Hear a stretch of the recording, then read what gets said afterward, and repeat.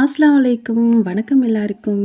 இன்றைக்கி என் பையனுக்கு exam start ஆகிடுச்சு. ஓணம் எக்ஸாம் கேரளாவில் ஓணம் வருது. அதனால் ஓணம் எக்ஸாம் இருக்கும் ஃபஸ்ட்டு.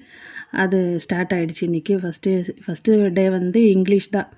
அப்போ இன்றைக்கி காலையில் கோதுமை தோசை தான் பண்ணியிருக்கேன். கொஞ்சம் சட்னி இருக்குது ஃப்ரிட்ஜில், அதையும் எடுத்து வச்சு, நேற்று வச்ச சோறு கொஞ்சம் இருந்துச்சு, அதுவும் எடுத்து வச்சாச்சு வெளியே. அப்படியே தோசையெல்லாம் சுட்டு அதுக்கப்புறம் கொஞ்சம் பாத்திரம் இருந்துச்சு, அதெல்லாம் கழுவி வச்சிச்சு. நைட்டு தான் எல்லாத்தையும் கழுவி வச்சிருவேன் நான். எனக்கு நைட்டு கொஞ்சம் ஸ்டிச்சிங் இருந்ததுனால கழுவ முடியல. அதனால் இப்போது எல்லாத்தையும் கழுவி வச்சுட்டு அடுத்த வேலையை பார்ப்போமே அப்படின்னு பாத்திரம் கழுவி வச்சாலே பாதி வேலை முடிஞ்சிருச்சு.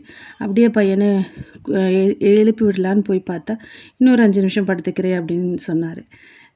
முழிச்ச உடனே சலாம் சொல்லிட்டேன். அதுக்கப்புறம் இன்னொரு 5 நிமிஷம் படுத்துக்கிறேன் அப்படின்னு சொல்லிட்டு அப்படியே திரும்பி படுத்தார். சரி, அப்படியே நம்ம வெளியே பார்த்தா இன்றைக்கி வெயில் அடிக்குது. வெயிலை பார்த்தது நமக்கே ஒரே குஷி தான். ஏன்னா நிறைய துணி வாஷ் பண்ணி வச்சுருக்கேன், அதெல்லாம் காய போடணும். அதனால் இன்றைக்கி நல்லா இருக்குது கிளைமேட்டு. நைட்டெல்லாம் கொஞ்சம் மழை, அதனால் இன்றைக்கி பரவாயில்ல, நல்லாயிருக்கு. அப்படியே எழுந்திரிச்சு வந்த பையனும் அவனுக்கும் ப்ரஷ் பண்ணிவிட்டு குளிப்பாட்டி அப்படியே சாப்பாடும் கொடுத்தாச்சு. இன்றைக்கி புதன்கிழமை, அதனால் புதன்கிழமை தான் அவனுக்கு எக்ஸாம் ஸ்டார்ட் ஆகிடுச்சு. நான் கொஞ்சம் லேட்டாக தான் வீடியோ போடுறேன்.